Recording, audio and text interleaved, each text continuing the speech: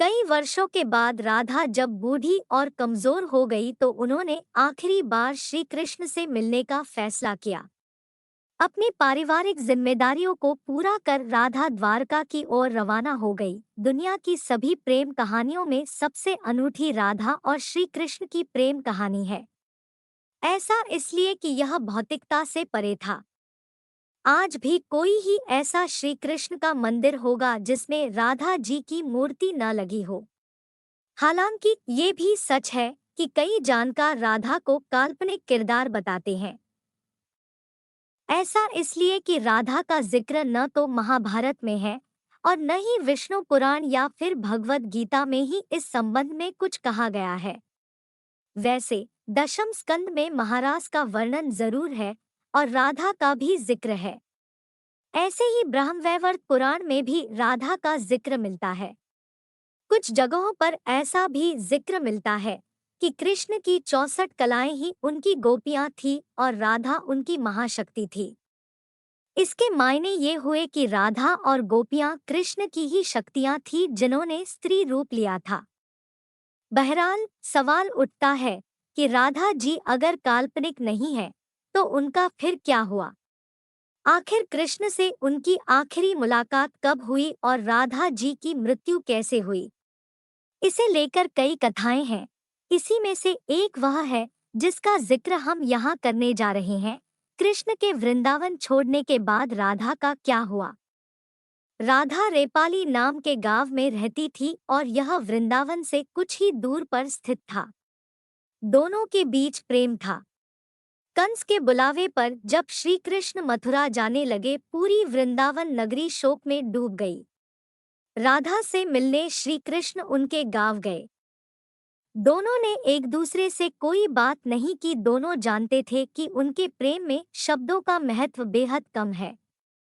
राधा ने आखिरकार कहा कि कृष्ण उनके दिल में हमेशा बसे रहेंगे। श्री कृष्ण इसके बाद मथुरा की ओर रवाना हो गए और फिर कभी वापस नहीं आ सके। कंस वध के बाद श्री कृष्ण का विवाह बाद में रुक्मणी से हुआ और उन्होंने द्वारका नगरी बसा ली। राधा का जिक्र यहीं से श्री कृष्ण की जिंदगी में कम होता चला गया। साथ ही राधा की जिंदगी भी बदलती चली गई। कहते हैं कि उनकी शादी एक युवक से हुई और उन्होंने दाम्पत्य जीवन की सारी रस्में भी निभाई। हालांकि इसके बावजूद उनके मन में श्री कृष्ण बसे हुए थे। जीवन के आखिरी लम्हों में फिर कृष्ण से मिली थी राधा। कई वर्षों के बाद राधा जब बूढ़ी और कमजोर हो गई तो उन्होंने आखिरी बार श्री कृष्ण से मिलने का फैसला किया।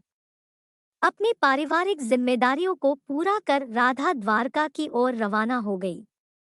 कई दिन पैदल चलने के बाद वे द्वारका पहुंची और श्री कृष्ण से मुलाकात करने में सफल रही। ऐसी भी कहानी है कि राधा वहीं कृष्ण के महल में एक दासी के रूप में रहने लगी। वहां मौजूद किसी को भी इनके बारे में जानकारी नहीं थी। राधा रोज इसी बहाने दूर से कृष्ण के दर्शन करती, लेकिन बाद में उन्हें एहसास हुआ कि भौतिक रूप से करीब रहने का कोई मतलब नहीं है। इसके बाद उन्होंने बिना किसी को बताए द्वारका का महल छोड़ दिया। भगवान श्री कृष्ण तो सब कुछ जानते थे। वे राधा के सामने प्रकट हुए और पूछा कि उनकी क्या इच्छा है। राधा जी कुछ नहीं बोली और न में अपना सिर हिलाया। राधा के श्री कृष्ण के प्रति पवित्र प्रेम को देख श्री कृष्ण ने एक बार फिर राधा से कुछ मांगने को कहा। श्री कृष्ण ने कहा कि चूंकि कभी भी राधा ने पूरी जिंदगी उनसे कुछ नहीं मांगा, लेकिन उनका हक बनता है, इसलिए वे अपनी इच्छा बता दें। श्री कृष्ण के बहुत जोर देने पर राधा ने उनसे एक बार फिर उनकी दिव्य बांसुरी सुनने की इच्छा प्रकट की। मान्यताओं के अनुसार तब श्री कृष्ण ने बांसुरी की सबसे मधुर धुन बजाकर राधा को सुनाई। इस धुन को सुनते सुनते राधा श्री कृष्ण में विलीन हो गई। इसके अलावा राधा की मृत्यु से जुड़ा कोई और जिक्र कहीं भी नहीं मिलता। ऐसी ही और रोचक कहानियों के लिए हमारे चैनल को लाइक, सब्सक्राइब और शेयर करें। जय श्री कृष्ण।